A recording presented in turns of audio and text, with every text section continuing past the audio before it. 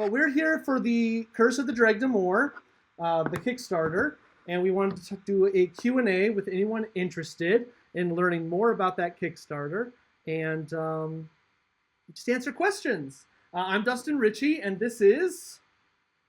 I'm Martin Bunicki. That was going to be my first question, Dustin, is who are you? Who am I? So this is my first time actually running a OBS live stream with multiple people inside of it, so it's a learning experience. If you're on TikTok watching right now, we do have 20 people. Check out our Twitch. That's where you'll actually see the overlays, and you can also put questions directly into the chat. So we'd love to have you stop over on Twitch. So. Which we love. And I think it's also worth pointing out, Dustin, that this is also your first Kickstarter. Yes, it is. Yes, it is. So this is numero uno, and we funded. So that's exciting for a first Kickstarter. Yeah, and honestly, some of the stuff that I was looking at, I've been doing a lot of research on this, and just really excited about the fact that, you know, like this is a homegrown thing. Like, we don't have any big sponsors or anything like that. So like, I'm really, really proud with the work that we've done. So. Yeah, well, it's a really, really exciting thing to do a first Kickstarter, and I love the way it ties into the show. If you've backed the Kickstarter but don't know a lot about where it came from, the Role Seekers and the Legend of Nabell was Dustin's brainchild, and the live stream that's preceded the module, and that's been going on for several years, and it's really cool to see the two things kind of come together. Yeah, thanks, Martin. It has been wild. So, Martin, you can't hear it, but I actually have Aaron's guitar music playing softly. Oh, I can't hear it, but how nice! That's a nice background. So. I'm actually kind of glad I can't hear it though. Yeah. Because it would give my my character from the show kind of like, oh, we hear a lot of that guitar. So what's wild is I know I'm talking a little bit about the tech of this just because it's so new. I'm actually running screen captures. But anytime I use my computer for anything else, Martin, it pops up. So like, I can't use my computer in any way. Oh my gosh. So actually, even just putting the music on, it popped up on our screen. So crazy stuff. So, nice. But yeah, so I just wanted to see if there's anybody who has any questions. So I guess I'll start off just talking a little bit about what the module is. So it is a 5e module set Dungeons & Dragons, but it's set in the homebrew world of Nabell. And it follows a character named Dyre Nahk'Vosh. He is an aging barbarian from the town of Nornian, and he sets off on an adventure with would-be heroes that come into the town that he recruits to stop a prophecy that was just foretold by a dying shaman that the curse of the Dreg'Damor is going to be seeping out of this black keep to the north, and they must go on this adventure to stop it. And through all of our marketing materials, we kind of say, is that the truth of it, or is there something more sinister happening behind the scenes? And so the joke that I kind of keep saying is it starts off with this maybe mundane's the wrong word, but just this kind of tropic start that happens in a lot of Dungeons & Dragons quests. You get the quest, you go on the adventure, and as you continue, it gets more and more in depth. And there's a lot of secrets, a lot of twists, and a lot of fun along the way. And Dustin, we've just got a really good question in the chat, which was, can a brand new player to D&D play this module? And I think there are a couple ways to answer that question. First of all, what level of PC is the adventure for? It's for level 4 characters. Yeah, and so what I would say, APM 1542, is that you can certainly you can roll up, or you can even find a pre-generated 4th level character online. I mean, it's not that hard to have a PC. What you probably need, though, is an experienced DM. Yes. Like, you would need someone who could run the game, who's had some experience. Or grab your core rulebook just grab your DM's guide, and it's always great to start as a DM with a published adventure. So, I think that it might be a little more challenging than sort of just a straight up beginner module.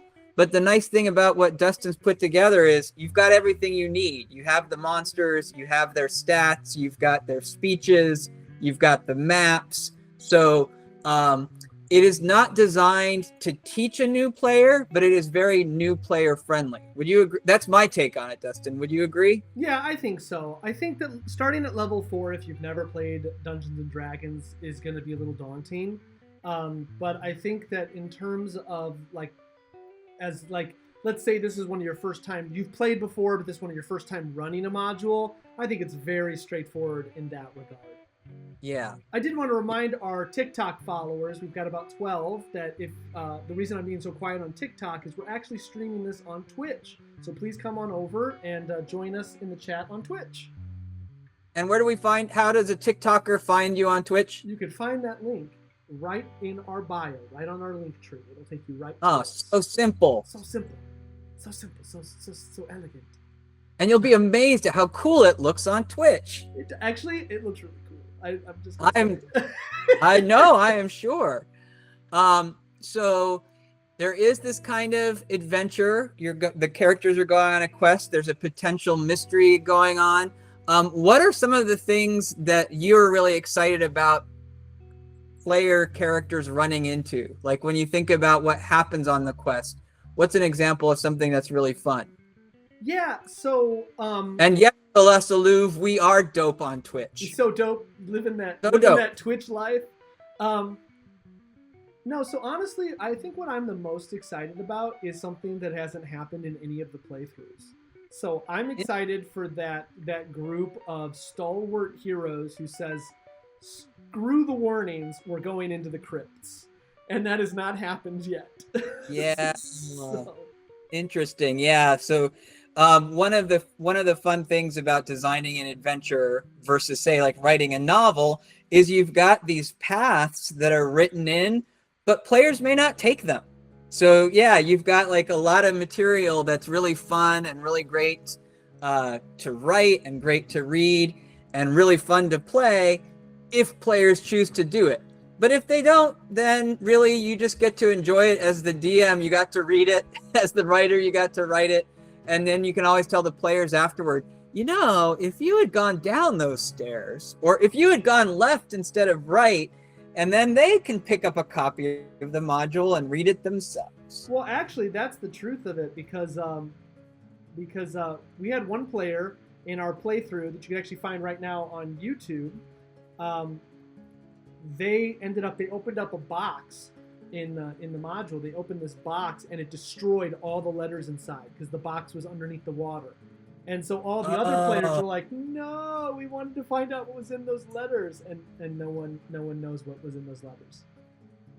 Yeah, it is. I would say as a game designer, one of the things that I've always kind of really, that I learned after my first adventure, that if you have something really, really important or really cool that you want players to see, you've got to make it pretty bulletproof that they have to see it. Because if there's a way that they might not, like they'll destroy it, or they don't go up the stairs or something, it just won't show up. And honestly, so that's just, it was totally fine. It was, but for us, it's like Easter egg lore, right? It's like, do you want to actually figure out what happened here? Then you have to explore the keep. If you just want to go in and get to the ending, you could do that. So yeah, and that was something I thought maybe you could speak to a little bit, Dustin, because you talk a lot. I mean, Nabell has a lot of lore. I mean, you've been working on this world for years, and it's fun to see how the lore is worked into the module. So, like, how do you see the module working to introduce people to Nabell a little bit? Yeah, so what's really interesting? I've actually been thinking about this question a lot. I'm one of those ascribers to as hokey as it might sound, I'm one of those ascribers to the muses theory. Like you have to write what the muses give you. And the truth is like in terms of the overarching lore of Nabell, this is a very small microcosm of that lore. Yeah. And in fact, it doesn't even deal with some of the main players. Even I would say in the Tyve campaign, other than the Tangled one, spoilers. But like, so the Tangled one, is like she's a mover and a shaker in the second season, and she does make an appearance for those of you who followed us. I followed the show, so that's kind of cool. But like, I think that the biggest things is that the overarching thematic mythos is carried through. So in the world of Nabell, the idea is that belief constitutes reality. Without going too deep into it, it's kind of that like William James pragmatic theory. Like the more you believe in something, the truer it becomes, and that's kind of the underlying current of Nabell. So I think that there's some elements of that in this. Like how much did the players believe in their guide? How much did the Dreg'Damor believe in what they were trying to do?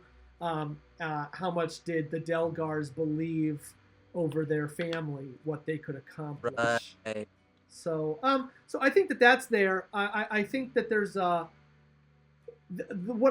my favorite storytelling is I love. It's very hard to write. It works really well in scenarios like video games and role playing, but I like minimalistic writing. So I love it where you give people just enough and they have to figure it out themselves. That doesn't work as well in a novel because you kind of have to lead people through the whole novel. But like one of my favorite forms of storytelling ever is the From Software series games, specifically Dark Souls, Bloodborne, and Sekiro. Elden Ring's up there, but Elden Ring's so convoluted, it's almost impossible to follow. But those other three, like, if you really take the time, you read the lore items, and then you follow YouTubers who figured it out, it tells these just unbelievably grand stories, but you have to do the work. And I think that's just a blast. Yeah, well, I think you've really succeeded in the adventure, and I think people who, if you watch the show and you read the adventure, you're going to see how you can use the module to sort of bring your own adventures in Tyve to life. Like you're getting a map, you're getting these creatures, you're getting a lot of material that if you combine it with the show, you've given people a lot, right? To get a chance to play in your world. I think that if you pick up the module and you've never watched the show, it also works really well because it's a compact, complete story. As you pointed out, like it does allude to these larger questions that you're welcome to pursue by watching the show or by seeing, who knows, a future adventure down the road. But it definitely stands on its own. But I think it's cool for people, if you've come to the Role Seekers through the show, you are going to get some background on what you've been watching. Yeah, so a reminder to TikTok, please stop over on Twitch. You can find that link in the bio. You'll get Martin's viewpoint on the Kickstarter as well, rather than me sitting silently.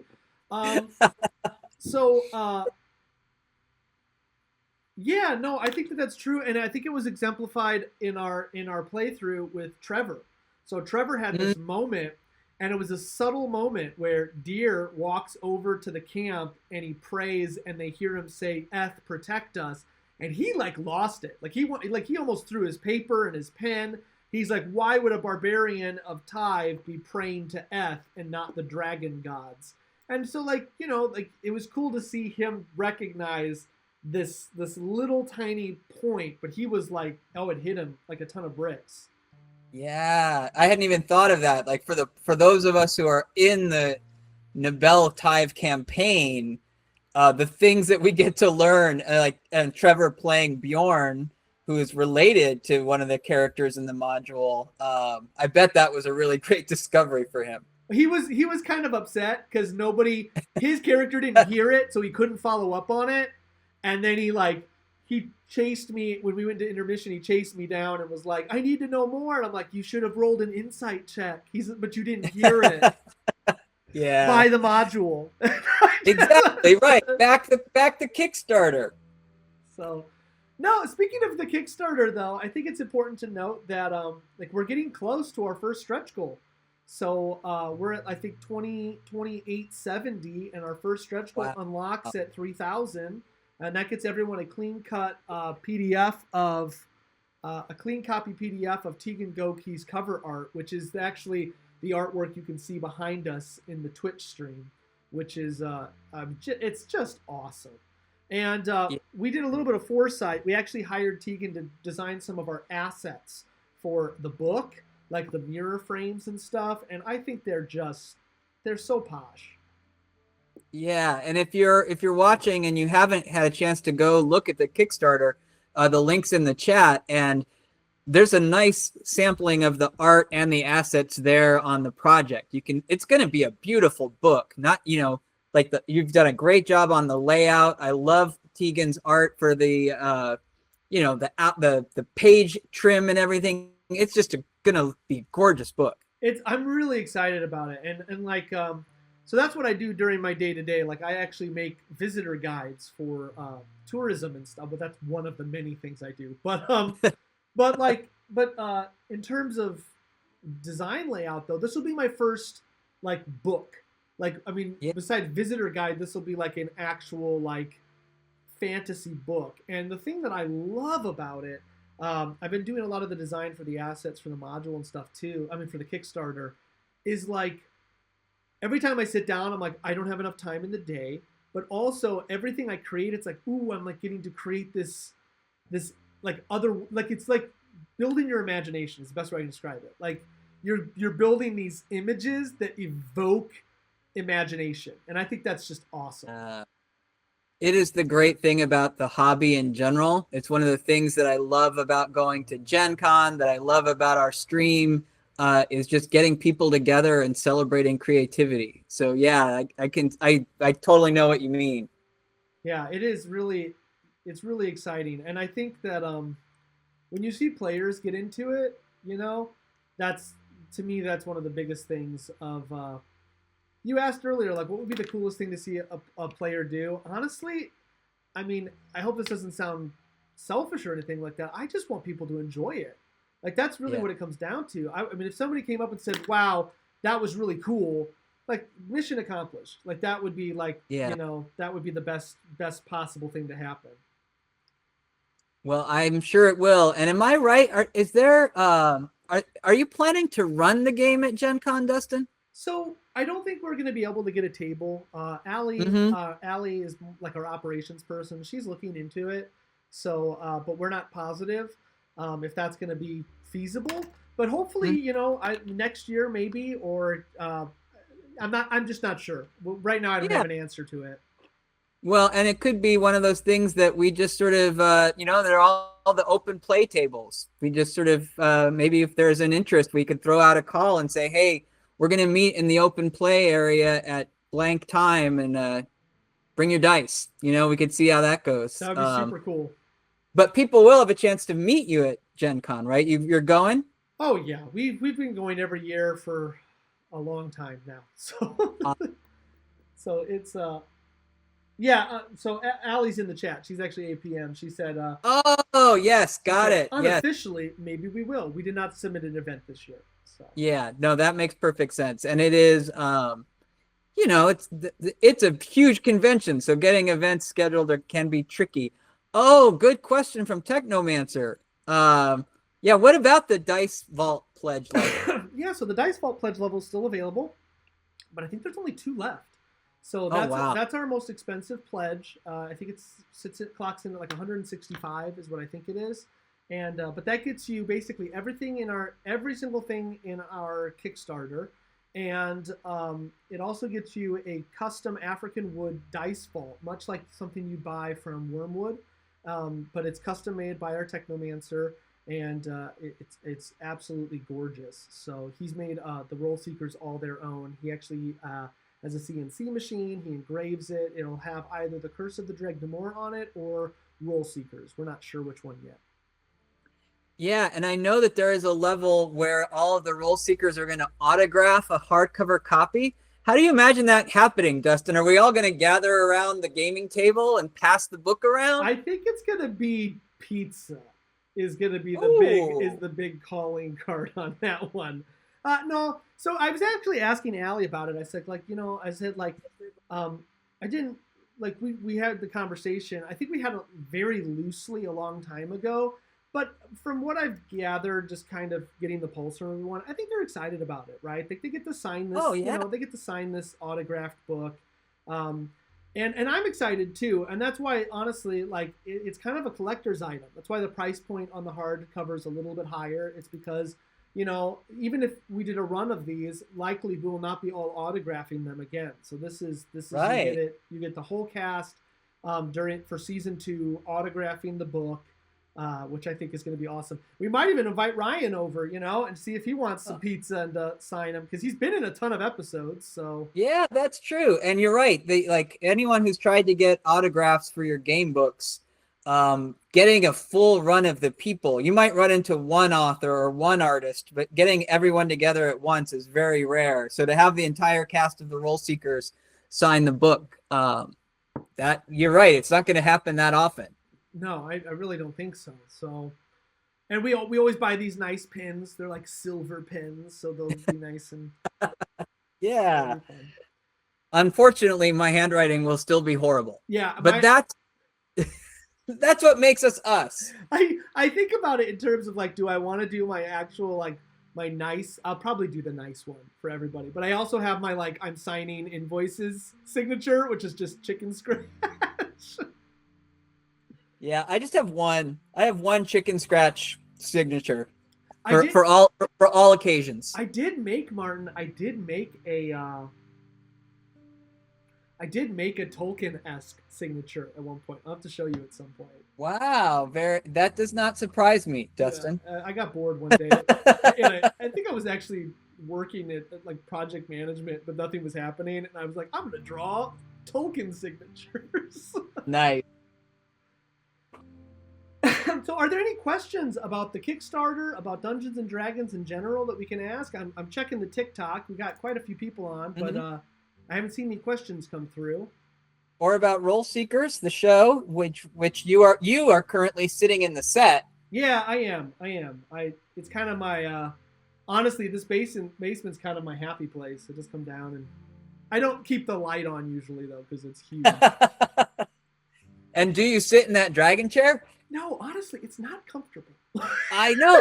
The times I've run games there, it really enforces good posture because you can't really lounge in it. I think it's actually a fantastic DM chair because it literally keeps you at the edge of your seat. But in terms of like, would you just come down and be like, yes, let me sit in it? No, not at all. Not at all. So, but it does look, pain is beauty. It looks great.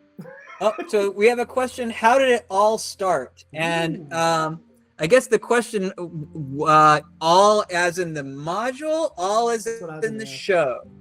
And Shefade has been one of our big time commenters, so good to see you, Shefade. Oh, cool. Do you mean like the show, or do you mean the Kickstarter? The show. The fabled show tale. Okay, yeah, so Kickstarter started so I've been playing Dungeons and Dragons for about 15 years. So I'll give the fun story. So I started off, I've always been like a big cinephile, big video gamer. I've been a huge I'm a Trekkie, Star Wars fan, huge fantasy buff. I studied Tolkien in college, and I did all of those things. And my girlfriend during college said, I want to play Dungeons and Dragons. And I said, I just can't cross that line. I was like, I've got all these other nerddoms. I can't cross that line. And she said, okay, fine. I'm going to invite all your friends over and play without you. So she did that, and they all came over. And I kind of went with my tail between my legs and said, okay, I'll play. And the next day I bought all the books. And I'm like, this is the best thing ever. So that got me started. And then I came back home I was up in Minnesota. I came back to Northwest Indiana, and we started playing. We played almost every weekend. And this was like hardcore. We're young gamers. Like, 8-hour sessions. Sometimes we'd play for like days at a time. Our finales were like 48 hours with like 8-hour breaks. It's crazy. Like, and we did that for years. And we ended up, by the time we ended that, we had like 14 players playing, and it was a nightmare of just chaos and gaming. And but it was fun. It was like our parties during the weekend. We were playing D&D. And one day, my wife and I, we moved into our new house, and we were sitting out on our patio, and we were looking at groups like Critical Role and Dimension 20 and these paragons in our industry. And I have a background in production design, and I'm like, I think we could do this. I'm like, I really think we could do this. Like, I was like, why not try? So we ended up talking for a long time. I mean, we had, like I told you, we had 14 players, and we lost over half of them. They're like, I don't want to do that. And we're like, well, we're going to give it a shot. It took us 9 months to learn all the tech. Like, we could have immediately started. We could have done like Skype or Zoom games, Roll20 games, but we wanted it to look like Critical Role. We wanted to have super source. We wanted to have multiple camera angles. We wanted to have the microphones up, and like the iterative process, iteration after iteration after iteration, until finally we launched. And if you watch that first game, whoo, there's some stuff. Like, but we knew it was not going to be, the best. We had to start. But one thing that we did tip our hat to was our first game actually, I think, had better audio quality than Critical Role's first game. Like that, and that's a technology thing too. But like, but the fact, like, we were sitting there being like, this is awesome. Like, we are really trying. And then we just kept playing. And the truth is, we've had a lot of conversations over time. A lot of people be like, we get the question, why aren't you guys bigger? What could you do to be bigger? And the truth is you have to sacrifice things for that. So we'd have to play every week. And that's very difficult for some of us. We're parents. And we have full-time jobs. So like, we'd have to play every week. We'd have to be much more engaged on social media. We'd have to do a lot more work. And what we realized after we kept sitting down, we kept taking consensus after consensus and just being like, what do you think? And the truth is that the group was like, we just want to play D&D. So that's our true north. We play Dungeons and Dragons. We have a great time. The group really just wants to come and play, and we stream. And all the stuff that we've gained after that has just been icing on the cake. Yeah, and I would just say, as someone who came to it much later in the process, it's really great how you have kept the element of just having fun. Like, we're aware we're on camera, and we're like, you have to be aware you're on camera in a way, but it's like, but that never gets to the point where it's not just like, we're having a lot of fun too. Honestly, it's what they wanted. It's what everybody wanted. And like, I learned a lot about myself, and I learned a lot about leadership during this, because for a while I was coming at this from a project management point of view, and I came with it with my master's degree in media production. So like, we were signing contracts and stuff, which is just that's the thing you have to do in media production. But after that, I was trying to come up with all the stuff, all the trajectories, everything that we could do. We were having conversations about wants and needs and what like our communication process was. And honestly, people were just getting frustrated. They were just being like, this is not a job for me. Like, this is, right. I want to come and play. And so then I would back off, and then I would push a little bit, and then I would back off, until finally, one day, I finally just sat down and said, can we just clear the slate and just say, if things happen, we'll rediscuss. But until they do, let's just pretend like, money's not even a thing. And it freed us all. It freed us all from everything. That's nice. And Chef Reid is saying, that he feels like that if you found a way, you could get big, but it's fine that it hasn't. But yeah, I think it's really a sign. Like, yeah, Dustin's very talented, and there's a lot that you've put into the show. And things happen. Things have a way of happening, one way or another. And he's just asked about how the Kickstarter idea happened then. So the Kickstarter idea really was, I'm going to say it was a very mutual conversation between, like, the Kickstarter would not have happened without Martin. And I say that sincerely because, like, I really wanted to finish, a module. I wanted to finish something in writing. I have a creative writing degree. And every time I sat down to write something, I never finished it. And I just like, and Martin had this, with Gaming Honors, has this really big, they publish all the time. They're publishing all these books, and they're shorter books. They're like nice little adventures you can pick up and go. And I'm like, I want to do that. To my chagrin, I did not do that. I basically wrote a double the size of that. But I was like, Martin, like, would you like to talk about this? And so, Martin, do you want to talk anything about that process? Yeah, I mean, I guess what I think that from the very beginning, again, when I sort of came in and started working with you, just even on Role Seekers, you've got such a great world. And part of what led me to creating with my friends Gaming Honors is we were like, you know, we're telling these stories. We love telling these stories. Let's share them with people. And so when I came into the Role Seekers and saw the great stories you were telling and the great world you'd created, it was kind of natural for me to think these should be in print. Like, why don't, you know, like, and I think even before the Kickstarter, way back in the beginning, I was like, what about a source book? You know, like here's an entire sort of like, let's just capture all of the geography and all of the history and all of the anthropology. But I think you made a very wise decision, which was, I want to publish something. And I think to get something published, you have to have like a reasonable goal. And so I think having an adventure was a reasonable goal. Yes, I think that you ended up with a grander vision than I might have had going in, since I do tend to write like one session adventure. Right? I really try to think like, could you sit down and just finish my game, you know, in a convention slot? And I think you could with the Curse of the Dreg'Damor, depending on the way that the players RP. You know, like I do think that role playing, and that's true of almost any game, but I definitely think there's that potential in the Curse of the Dreg'Damor. It's a multi-session adventure if you want it to be.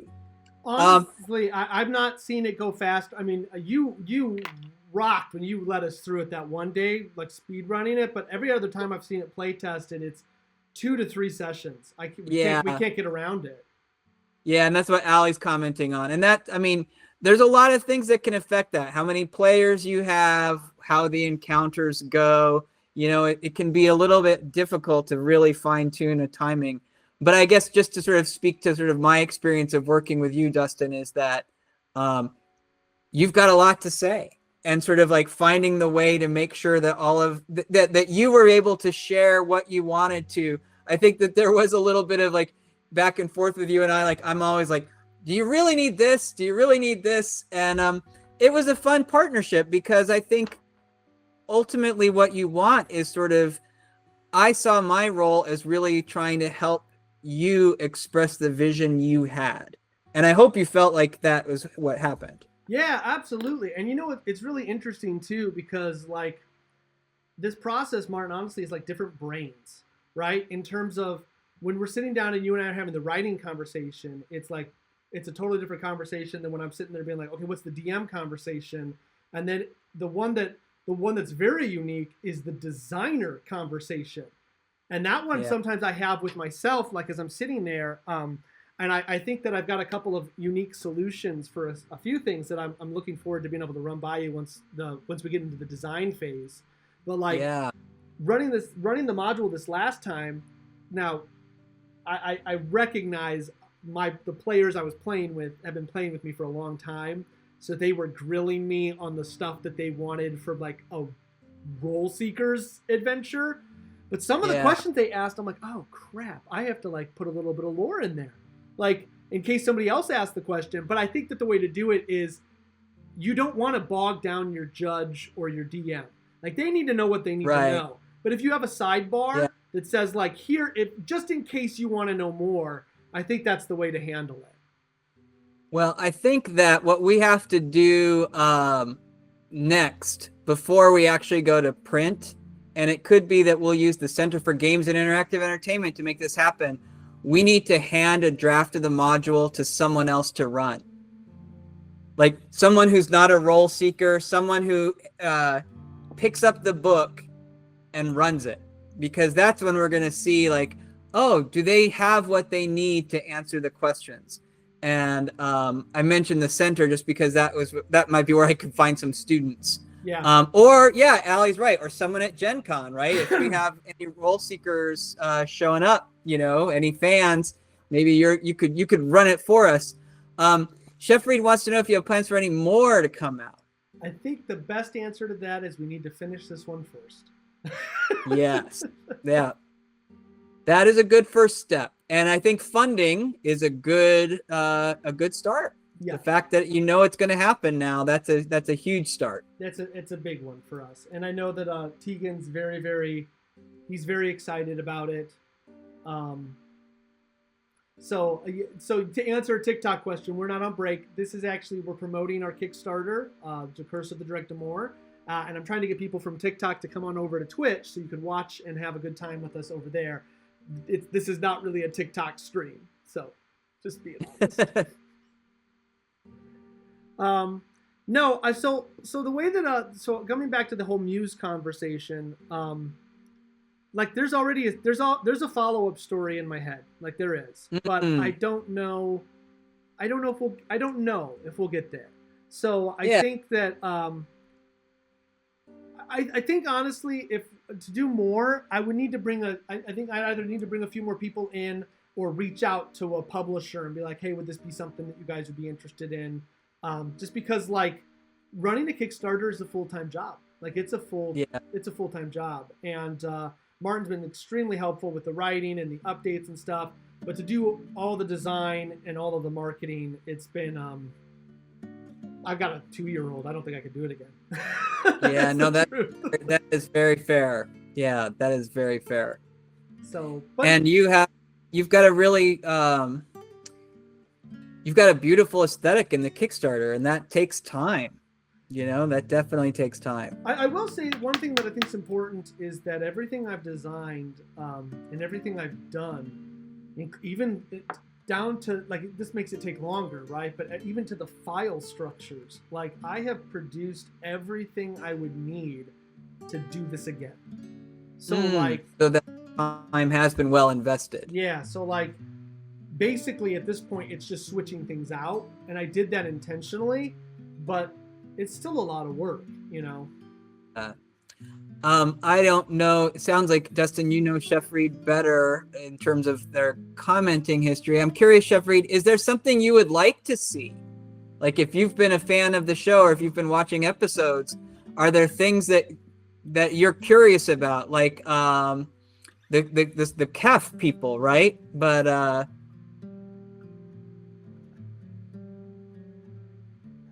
okay. Any advice for starting a new character for any new people, and advice for people who want to be a really great DM?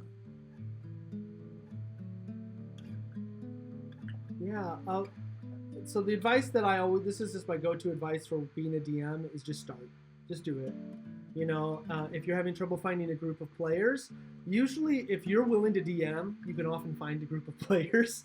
But if not, going to a game store and connecting with your local game store is a great way to get started. But the truth is like there's a million things you can do to prepare to be like the best DM, but it's just like just go and do it. Just have fun. You'll learn through doing. Yeah, and in terms of, I think that one of the things that you do really, really well as a DM, that if someone wanted to learn from you about being a good DM, it is leaning into role playing. Players look to the dungeon master to see what kind of game you're going to have. And so if a dungeon master is acting out the characters, is using voices, is sort of keeping the group in the story, then the players are going to respond to that. You know, I mean, so I think that just from watching you as a DM, that's something I've really learned, is just that players take their cue from you. And so if you role play, it's going to help them role play. Yeah, I mean, that goes for our actors too. Like, I mean, our players are not professional actors. I think Jamie, she's borderline. She did a lot of speech, but you honestly like, but they get so into character. I mean, we've had comments where people are like, "Are you guys all actors?" And that's huge for people who are electrician by day, warrior by night. You know, and I mean, I do come from a background in acting, and I know Martin, you have some background in acting too. Like that helps. But honestly, even when I was acting, and people be like, "Well, how do you get into character and stuff like that?" I'm going like, I don't know a better term than the muse stuff, but like honestly, like when you create a character that can live on their own, they almost live on their own. So like some of the best characters that we've come up with in Dungeons and Dragons, I don't always get them, and sometimes they take a while to foster. But now, like when I play Ernan or when I play Trash King, Long Live Justice for Trash King, like they are their own characters, and they'll say things that I'm like, oh, that was funny, and it's not me being like, oh, you're so brilliant, Dustin. It's like I almost don't know they're gonna say it because it's just what their character would say, and you just start to feel it. Yeah. Well, I think Chef Reed, you probably are better than you think, because the fact that you care about it takes you a long way in the right direction. And and Allie made the point. You're right. Like everyone at the table is there to have fun, dungeon master and players included. And so it's not a battle, not a battle between players and the DM. It's about coming together. Yeah, we're getting some comments about the ads. The ads happen a lot, and that's. Oh, yeah, I forgot. Yep. So it's what happens when you make affiliate. They start putting ads a lot more. But yeah, yep. But is this something, Dustin, that people will be able to watch after the fact if they're curious? Oh yeah, 100%. If you've missed anything, we always repost these. We always repost this on YouTube, and I'll be able to edit out that charming beginning where we had the cameras like completely off. Oh, but if you edit it out before I can see it, I won't never to know. You can watch it tonight, Martin. Like as soon as it ends, you can see it on Twitch, and you'll be able to see it. Nice. Okay.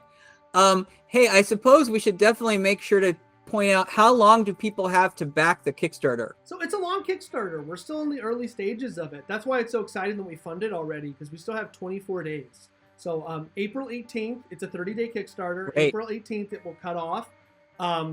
So we'll probably start running some more ads and stuff on social media and do another push toward the end. But you have time. What I will say, though, is you don't have a lot of time for the premium stuff. So that stuff is we're doing a 50 count run. We're doing a 50 count run on the signed edition, and then we're doing a 4 count run on the dice boxes.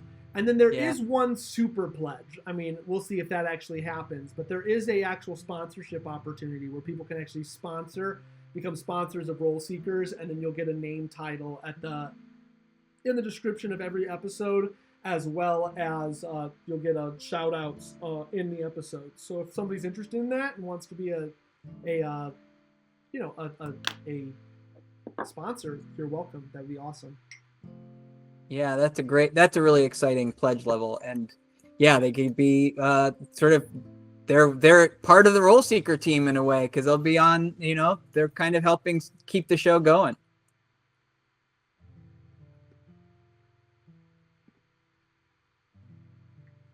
Technomancer says he switched to TikTok to hear it all. Don't do that. Don't switch to TikTok. Come from TikTok to Twitch. Yeah, I guess the ideal thing is to have them both up all the time. All the time. And get that, and just keep hitting the like button over and over. That's right. Just keep smashing that like button. Smash the like button. Follow, like, share, subscribe. Yeah. Yeah, no, it's been really exciting. I think at the end of the day, this is just something I really wanted to do, and we did it. Like we did it. Like we can honestly say that we've done it. So I'm really excited about that. And we should have them all. So I would love to do another test, Martin. If we could set that up, that'd be awesome. I think we are hoping to get it out though by August. So we want to make sure that. Oh sure, yeah, no, it would have to be before the con for sure. Yeah, absolutely. No, that makes a lot of sense.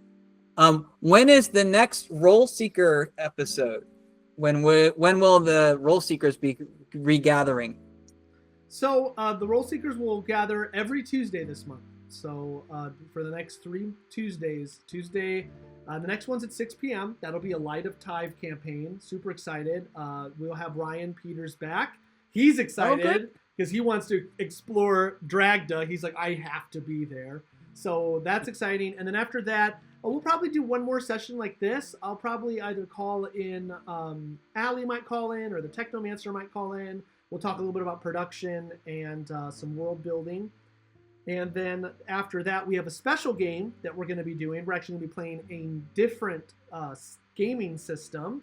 And I believe after that, the Kickstarter will end, and then we're back to your regularly scheduled program. Every other Tuesdays at 6 p.m. So, but a busy month ahead for Role Seekers. It's been a busy 2 months for Role Seekers. So. Yeah. Actually, the truth is I'm trying to keep a good energy up, but I work from home today. I am actually under the weather. I have the post Kickstarter flu. Yeah. So, well, I mean, when you work like 80 hours for like a month, 80 hours a week for a month, you get a little. It catches up. It catches up with you. You gotta make that Constitution saving throw for sure. I did not make it. So. No, so yeah, I guess in the last like 5 minutes, any other questions before we? I'm looking at the TikTok too, see if anybody on there. I think TikTok got excited that we were playing a game. So, are you playing this Friday at all, or did I miss the end of Dreg'Damor? Okay, so Shafade, it's actually on YouTube right now. You can go watch it. So, the Curse of the Dreg'Damor, Acts 1 and Part 1 and Part 2 are on YouTube right now. And you can find basically everything at roleseekers.com or by searching at Role Seekers. And there's no game on Friday. There's no game on Friday. No, we play every other Tuesday. That Friday game was a special game. We just wanted to do another play test of the module.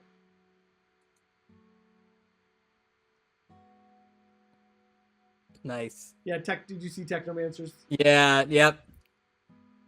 He does. He asked me months in advance. I'm still waiting on that dragon, by the way, Technomancer. He asked me, he came, so my Technomancer does a lot of 3D printing, and he asked me, he said, what do you need? And I said, I would like a boat. And he's like, yeah, okay. And then he kind of stood away, and then he came back, and he was like, so he would come with me with new stuff and go, what do you need? I said, a boat. And I did that to him for like 6 months until finally he made us a boat. And it's gorgeous. Beautiful. Yeah, which is a thing of beauty. Oh, I love that boat so much. The boat kills me because we can't put the masts up because of the height for the like. Oh, it like part of me just is so sad about that, but it is gorgeous. He did such a nice job. It is. So, well, you know what I'll do then in this last couple minutes is I actually have our Kickstarter video, so I'll play that for us. So let me go ahead and pop that on. Adventurers to the world of Nabell and the curse of the Dreg'Damor. When do I get to play? Oh, I totally got caught up in it. Welcome to the Kickstarter. My name is Dustin Ritchie, and I am the creator of Role Seekers and the Legend of Nabell. We are an actual play role-playing live stream and podcast on Twitch and TikTok, and for the past year, I've been working with Martin Bunicki of Gaming Honors to develop a brand new 5e compatible module for Dungeons & Dragons. This is the Curse of the Dreg'Damor. But what is Role Seekers, and what is the Curse of the Dreg'Damor? Well, as we like to say on our show, we're local gamers just like you who roleplay for your enjoyment. And that's the truth of it. Everything you see on Role Seekers is improvised, except for the lore. That I've been writing since I was in 5th grade, and I'm really excited to be able to share just a small slice of it with you in this new module. Here, you're going to explore the continent of Tyve, a land where darkness is born from light, and it's starving for you. You will follow Dyre Nahk'Vosh, an aging barbarian, on his journey to the Ebon Keep. Here he hopes to stop a curse before it envelops his people. But is that the truth? Or is there something more sinister happening behind the scenes? That you'll have to discover for yourself. What I can tell you is that this is an epic adventure. Through playtesting over the last year, we have basically turned a level 14-15 adventure into a level 4 module. You're going to go on a crazy ride. I've been very honored to work with artists and writers like Martin Bunicki and Tegan Goki to breathe life into this narrative adventure, which will transform your tabletop into an epic story battleground. You're going to do everything from puzzles and riddles to original songs to encounters that you can solve through wit, not just with the sword. So, without further ado, it's time to like, follow, and share. Pledge if you can, because the curse is calling you. Awesome. So that's our video. So no, I think that's it. We've been on for about an hour. Just wanted to say hi to everybody. Check out the module. So I guess final wrap up is that the Curse of the Dreg'Damor, a D&D 5e Kickstarter module experience, is currently able for you to back. We have already funded. Now we're going for those sweet stretch goals. And we would love for you to come and take a look. So we've got about 47 backers. We're very excited. This is our first Kickstarter. We're doing this all grassroots, and it's going to be a really exciting adventure. Level 4, 5e, but it feels like a level 14 adventure. You're going to go on a rather tropic quest to go to the Ebon Keep to stop the curse of the Dreg'Damor.